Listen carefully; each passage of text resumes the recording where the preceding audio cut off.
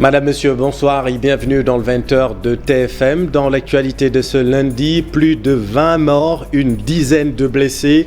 Bilan non définitif de l'accident de Sakal. Le Premier ministre et des membres du gouvernement étaient sur les lieux du drame. Amadou Ba réitère l'application urgente des mesures contre l'insécurité routière. Des mesures qui divisent les transporteurs, l'AFTU et le cadre unitaire des syndicats des transporteurs routiers du Sénégal ne prendront pas part à la grève annoncée pour ce mardi. Voilà pour les titres et tout de suite le développement.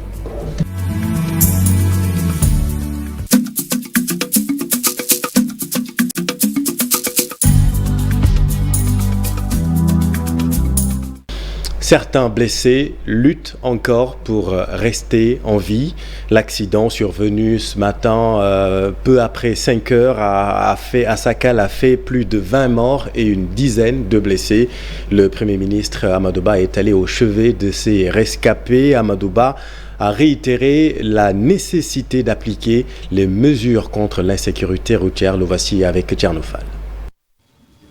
Nous avions demandé que les transformations que subissaient les véhicules de transport soient stoppés. On l'a revu aujourd'hui. C'est un car dont la carte grise permettait de prendre 32 personnes. Il y avait 15 personnes de plus, soit 47 personnes. Les deux étant dans le camion. Rien ne l'explique. Personne ne l'explique. Et ça montre un peu la pertinence des mesures qui avaient été prises. Nous avions interdit l'importation des pneus usés. On s'est rendu compte que les pneus constituaient pour l'essentiel la cause de certains accidents. Bien sûr, il y aura un dispositif d'accompagnement. Ce dispositif sera discuté avec les chauffeurs et transporteurs. Le souhait du président de la République, c'est que les charges soient amoindries dans ce secteur. Et c'est en voulant éviter un animal que les deux voitures sont entrées en collision. Le pronostic vital d'une poignée de blessés est encore engagé ce soir. Des blessés qui ont même été évacués par voie aérienne. L'armée a dû s'employer. Vous avez suivi dans notre édition en Wolof le reportage de Thierno Fall. Tous les transporteurs ne prendront pas part à la grève annoncée demain mardi. L'association de financement de professionnels du transport urbain AFTU ne prendra pas part donc à la grève annoncée. Idem pour le cadre unitaire des syndicats du transport routier, des transporteurs routiers du Sénégal. Suivons leur président Ousseynou Karamba Goudiaby avec nos équipes. Le contexte que nous vivons présentement ne nous permet même pas de penser à tenir un bras de fer contre l'État. Je crois que nous sommes dans un climat de deuil. Nous avons perdu 40 personnes sur nos routes. Donc tous les Sénégalais devraient vraiment penser de compatir avec ceux qui ont perdu leur âme et pas d'aller en grève. Les raisons qui nous poussent de ne pas aller en grève. Parce que tout ça, je me pose la question, ceux qui veulent aller en grève, pour quelles raisons ? Quels sont par exemple ceux qui les poussent à la grève? Parce que nous avons entendu nos camarades dire que simplement on ne nous a pas appelés. On va arrêter le pays jusqu'à que le ministre nous appelle. Mais ça, ce n'est pas une raison. Donc vous n'allez pas en grève? Nous n'allons pas en grève et que nous lançons un appel à tous les membres du cadre de ne pas observer ce modèle. Et nous profitons aussi de lancer un appel à l'État de prendre ses responsabilités et de nous permettre à travailler. Nous n'allons pas en grève et nous allons travailler. Maintenant, l'État n'a qu'à prendre ses responsabilités. De sécuriser nos cars. Et nous, on se connaisse. Parce que nous craignons que les gens vont casser nos véhicules parce qu'ils sont de nous forcer à arrêter nos bus. Et nous, on ne le fera pas. Vous le savez, l'appel à la grève est lancé par l'Union des routiers du Sénégal. C'est non aussi pour les travailleurs de Dakar Demdik. Ils demandent la sécurisation de leur outil de travail. Voyons tout cela avec le secrétaire Massek Ndiaye interrogé par Fatou Bintou Conté. Nous, en tant que travailleurs Dakar Demdik, en tant que syndicat garant de la pérennité de notre entreprise, on alerte tout simplement en leur disant qu'ils ont le droit d'aller en grève, mais ils n'ont pas aussi le droit d'empêcher les autres d'exercer normalement leur travail. Ça aussi, on tenait à le préciser. C'est aussi un appel à l'État du Sénégal, parce qu'on a entré en contact avec la direction générale d'abord. Ils nous ont dit qu'ils ont pris toutes les mesures idoines, en tout cas pour sécuriser les personnes Dakar Dem Dikk et les usagers de Dakar Dem Dikk. Maintenant, il reste aussi à l'État du Sénégal de prendre ses responsabilités pour la sécurité des bus de Dakar Dem Dikk et des usagers de Dakar Dem Dikk. Donc l'État nous a un peu laissé en rade. Bien sûr qu'il a fait beaucoup d'efforts, mais au moment où je vous parle, pratiquement depuis 2 ans, on attend un programme de renouvellement du parc qui tarde toujours à venir.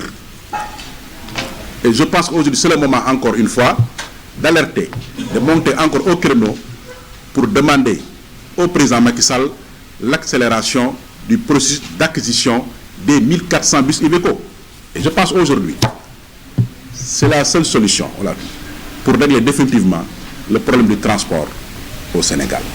Ndiaye, secrétaire général du syndicat nouveau des travailleurs de Dakar Dem Dikk. Et dans ce contexte, certains transporteurs auraient augmenté leurs tarifs. C'est une conséquence de la hausse du prix du carburant. Selon eux, eh bien, les clients se plaignent lourdement. Illustration dans ce reportage au terminus Pikine-Texaco, réalisé par Habib Faye et Abdoulaye Anne. Place, nous y reviendrons dans nos prochaines éditions. Tout autre chose à présent, santé, plus de 700 malades du cancer dans le désarroi. L'association Cancer du sein Sénégal a fait le point de la situation en présence d'autres associations de lutte contre cette maladie. Compte rendu, Maïmouna Ndiaye, Mohamed Dieng. Des malades du cancer venus assister à une conférence de presse sur leur situation dans les hôpitaux, cela ne se passe pas tous les jours. Quand Sorna Fatou Khoulé porte leurs paroles, c'est pour lister tous leurs mots. Difficile de joindre les médecins pour se faire soigner. Parfois, ils ne prennent même pas nos appels téléphoniques. Beaucoup de malades attendent désespérément pour aller faire la radiothérapie.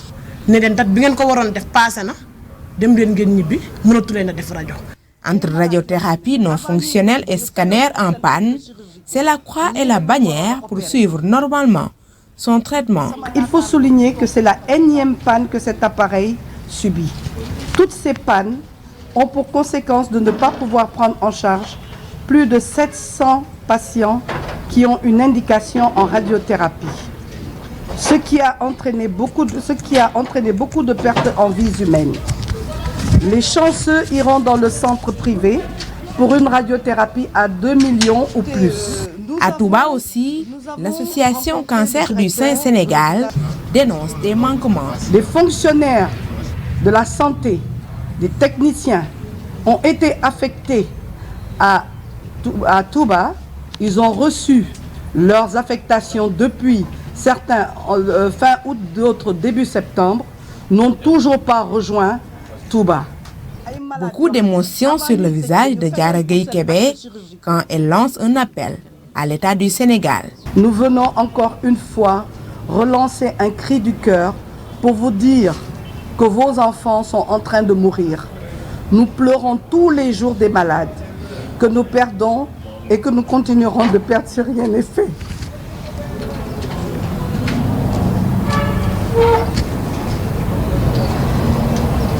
Excusez-moi.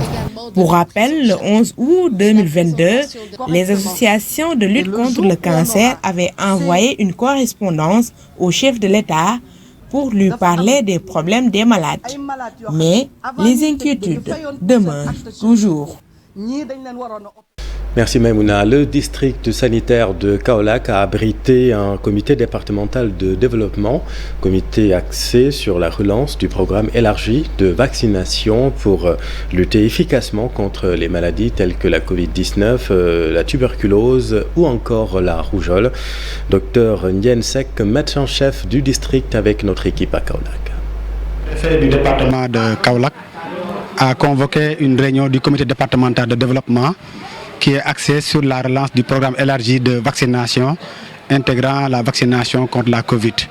c'est une activité que nous avons initiée pour faire un plaidoyer à l'endroit des personnes ressources du département de Kaolack par rapport à l'importance du programme élargi de vaccination. Et dans cette rencontre, il y a eu le sous-préfet d'Ongoch, il y a eu les secteurs de l'éducation, les services techniques, les partenaires, les CDS, la presse. C'était pour vraiment rappeler aux populations l'importance du programme élargi de vaccination pour lutter contre les maladies évitables par la vaccination, par exemple la rougeole, la fièvre jaune, la poliomyélite et la Covid.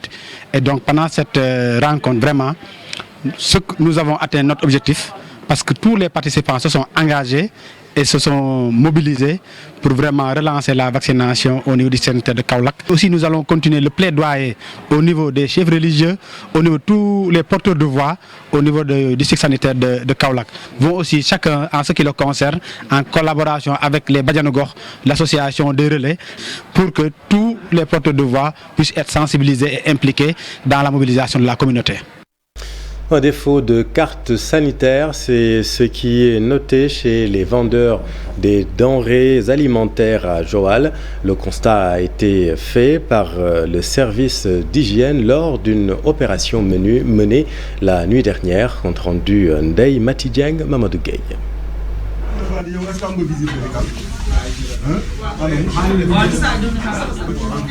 Plusieurs vendeurs d'aliments n'ont pas de carte sanitaire.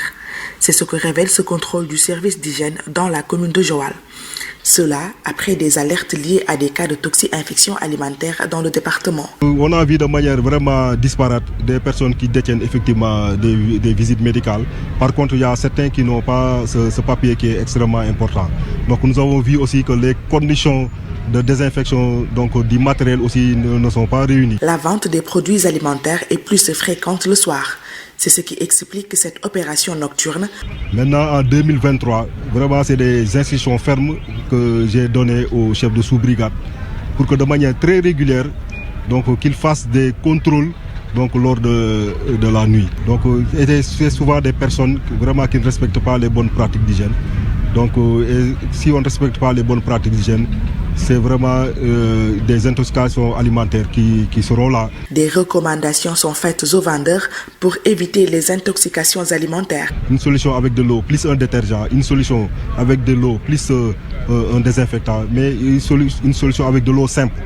Donc c'est ce qu'on appelle la technique des 3 seaux, qui est très très important dans le sens de vraiment de réduire les charges microbiennes s'il existe au niveau de ces ustensiles. Après Joal, les hommes du service d'hygiène comptent mener la même opération dans toutes les localités du département de Mbour. Merci Ndemati. Et puis un mot de politique, Khalifa Sall a été dans le département de Rufisque dans le cadre d'une visite inscrite dans sa tournée politique dénommée Motali Yéné. Le voici avec notre équipe à Rufisque. Attendez bientôt. Il y a une négociation ou pas? Non, vous avez dit bientôt. Bientôt, quand il vous saurait tout. Attendez bientôt. Pourquoi voulez-vous que je vous dise ce que c'est? Pourquoi voulez-vous que je discute? À quoi? C'est vous qui le dites. Est-ce que j'ai besoin de négocier pour être candidat? Oui, vous-même, vous n'avez pas la réponse. Si je devais négocier, je ne serais jamais allé en prison. J'étais dans le PS. J'étais un membre éminent de Benno Bokk Yakaar et j'étais proche de toutes les hautes autorités. Si je devais négocier, pourquoi je serais allé en prison? C'est un problème de bon sens pour moi. Certaine, Inch'Allah. Et puis l'ONG Al Khayria vient d'octroyer des financements à des femmes. La directrice Aram Top revient sur l'importance de ces dons. Elle est interrogée par Fatou Bintou Conté. Dans le cadre d'un programme WACF, c'est-à-dire un financement islamique qui permet à ces femmes de développer des activités génératrices de revenus. Et ces activités génératrices de revenus, voilà, ces femmes le font au niveau les plus reculés, notamment au niveau de Tivaouane Peulh, de Guédiawaye, de Tenguet, dans la banlieue dakaroise d'une manière manière générale, mais dans les autres contrées également du Sénégal. Et ce que j'ai noté, ce sont des femmes braves qui ont reçu, voilà, parce que les modalités, et ça a été respecté. Et la plupart des associations ou bien des organisations qui ont pris ces financements aujourd'hui ont continué à gérer elles-mêmes leur propre activité. Parce que ça, c'est à saluer. Commencer une activité, être financé, rembourser totalement et encore refaire une autre activité sans vraiment un financement. Donc encourager les femmes à travers l'entrepreneuriat féminin, à travers le financement, vraiment c'est ça que ONG Al Khayriya a réussi. Dara a abrité la 20e édition de la Journée internationale du volontaire. Cette tribune a été une occasion pour le secrétaire général national du CELS de rappeler les différents points de revendication sur la table du gouvernement. Compte rendu Mamadou Moustapha Ndiaye et Sidi Thiam.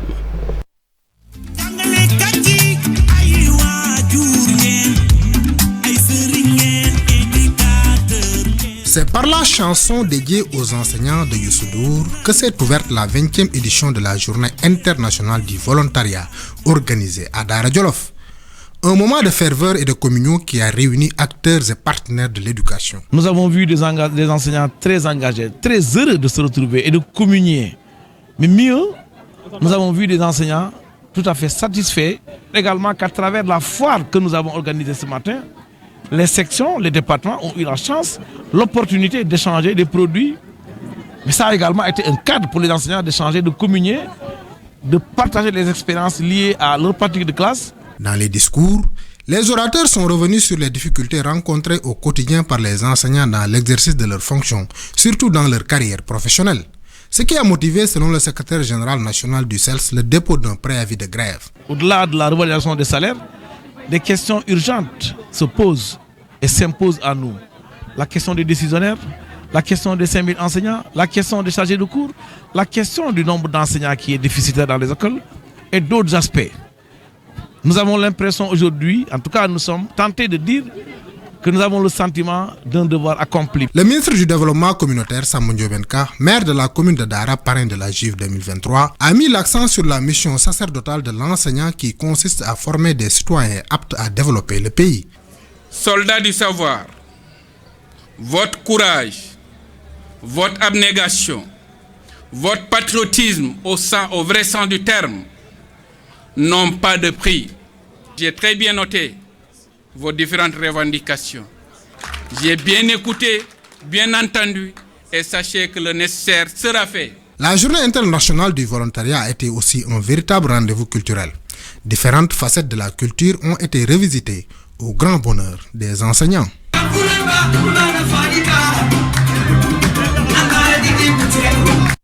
Et puis un mot de religion dans cette édition avec le jubilé des 175 ans de présence au Sénégal de la congrégation des Sœurs de l'Immaculée Conception de Castres en France. L'année jubilaire ouverte en janvier 2022 s'est achevée ce week-end à la cathédrale Notre-Dame des Victoires de Dakar. La cérémonie présidée par l'archevêque de Dakar, Monseigneur Benjamin Ndiaye, a enregistré la participation de toutes les communautés de la congrégation établie au Sénégal, mais également de quelques-unes venues du Burkina Faso, de la France, entre autres, Daniel Diouf et Youssou Baro. Du beau monde, samedi matin, à la cathédrale Notre-Dame des Victoires de Dakar. Une église archi-comble des fidèles venus partager ces moments d'action de grâce avec les différentes communautés de la congrégation des Sœurs de l'Immaculée Conception, établies dans l'archidiocèse de Dakar, dans les diocèses de Thiès et Kaolack, au Burkina Faso, à Lyon en France, entre autres.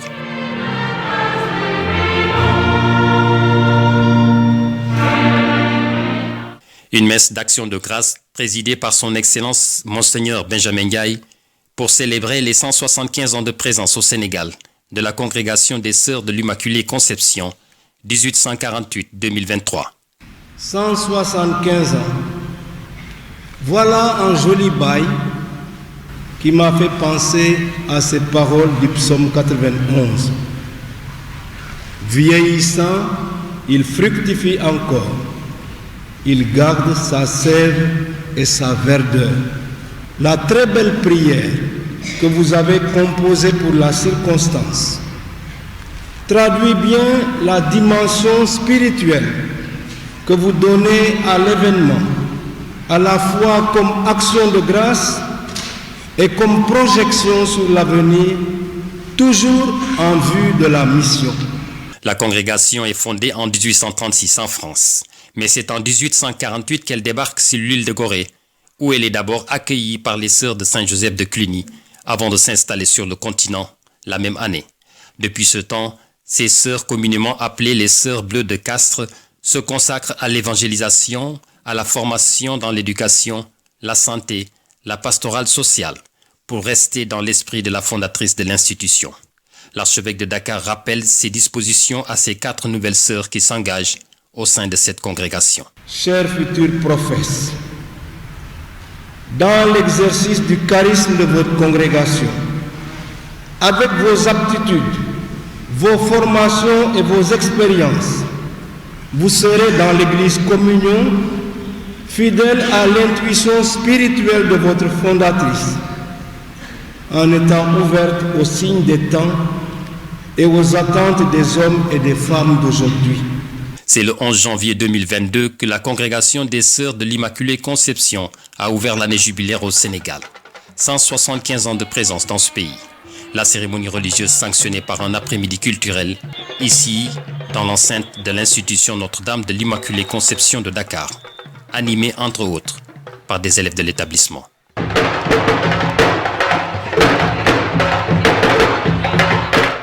Intégralité de cette cérémonie à suivre dimanche dans votre émission dominicale Chemin de la foi avec Daniel Djou. C'est la fin de cette édition. Merci infiniment de l'avoir suivi.